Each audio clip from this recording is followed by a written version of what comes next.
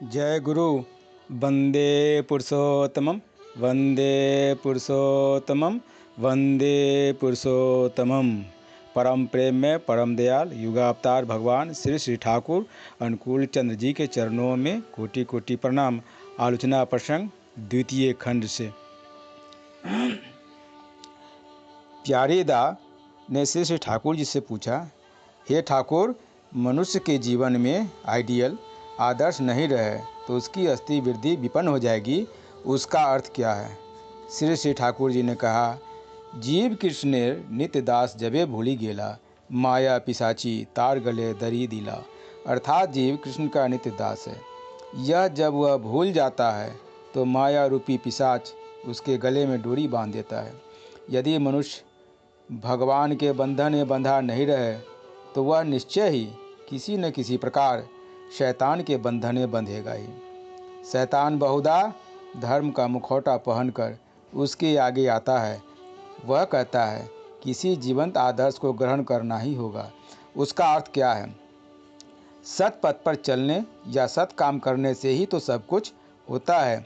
यह युक्ति मनुष्य को बहुत अच्छी लगती है। मनुष्य उसे ही समर्थन करता है, किंतु उसी छिद्र से प्रवृत्ति अपने अनुसार मनुष्य को नचाती है। मजा तो यह है कि मनुष्य ऐसी अवस्था में प्रवृत्ति अभिभूति को अभिभूति समझकर नहीं पहचानता है। पहचाने भी तो कैसे? वह तो उसका सारूप लाभ कर उसमें ही लिप्त है। इसलिए प्रेरित पुरुष में शरणागति की बात सभी शास्त्रों में कही गई है। गीता में है, सर्वधर्मान परित्यज्य मामेकं शरणं व्रज अहं त्वां सर्व पापेभ्यो मोक्षयिष्यामि मा शुचः। बाइबिल में है, I am the way, the truth, the goal, none can come to the father but by me. Vaishnav शास्त्र में है, कृष्णेर जतेक लीला सर्वोत्तम नर लीला, नर बपु तहार स्वरूप, गोप वेश वेणुकर, नव किशोर नटवर, नर नीलार अनुरूप।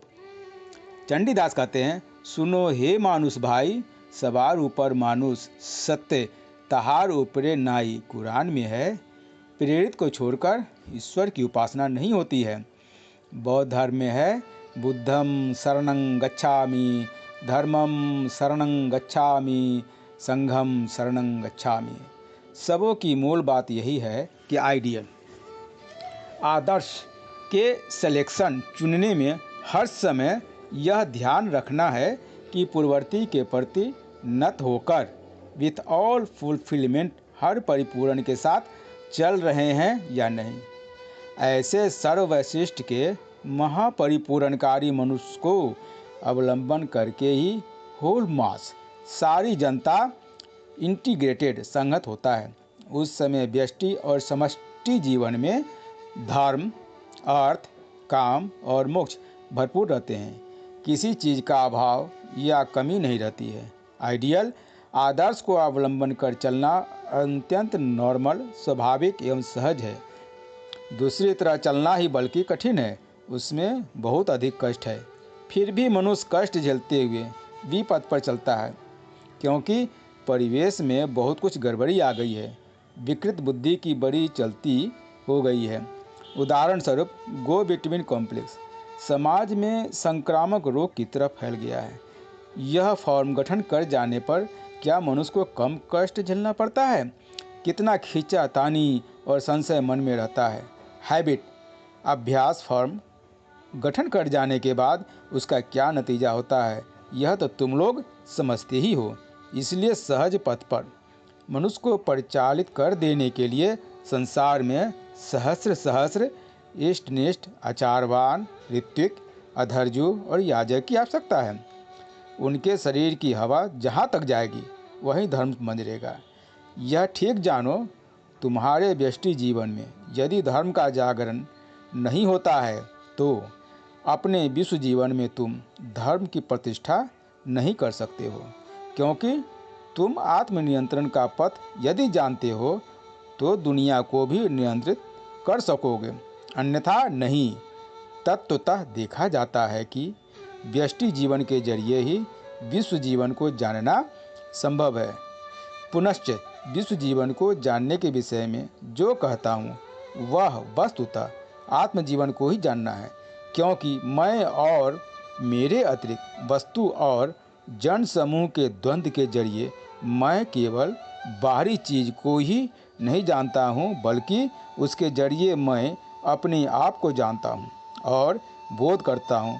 मुझसे बाहर मुझे प्रेरणा देने लायक यदि ऐसा कोई परिवेश नहीं रहता तो मेरा बोध ही लुप्त हो जाता, मैं भी वहाँ नहीं रहता। इसलिए व्यष्टि की जो कार्य क्षमता और दक्षता है उसे वह क्रिया करने का सुयोग विश्व जीवन में पाता है एवं इसके द्वारा ही व्यष्टि अपनी शक्ति के विषय में सचेत होता है एवं उसे वह उपभोग करता है।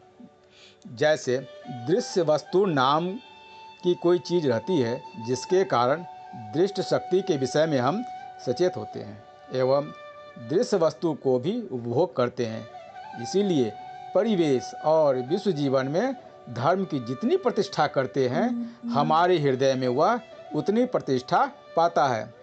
अतएव याजन या धर्मदान परोपकार नहीं है और न ऐसा कर्म है कि इसे किया जाए और नहीं भी किया जाए, बल्कि यह है नित्य कर्म।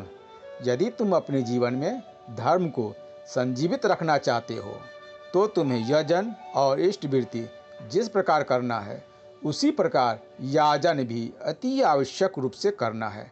हर व्यक्ति के हृदय में याजन बुद्धि संचारित करनी होगी। इसमें हर परिवेश अपने अस्थि वृद्धि का सहायक बन जाएगा। नित्य याजन के जरिए प्रत्येक का बोध और ज्ञान का भंडार खुल जाएगा। इह काल और परकाल में उसके लिए कुछ भी अपर्याप्त नहीं रहेगा। जिनका आधिपत्य मुझ पर रहने के कारण जगत की सारी चीज़ों को समझा जा सकता है, जाना जा सकता है और सभी चीज़ों पर आधिपत्य विस्तार संभव हो सकता है एवं जिनसे या जिनके द्वारा विश्व ब्रह्मांड के अनंत वैचित्र की सवैशिष्ट संहति मेरे निकट उद्भासित होती है, वे ही हैं मेरे इष्ट, मेरे भगवान, मेरे ईश्वर। इसलिए उनके बिना एक पग भी आगे बढ़ना हमारे लिए संभव नहीं। जय गुरु। वंदे पुरुषोत्तमम्।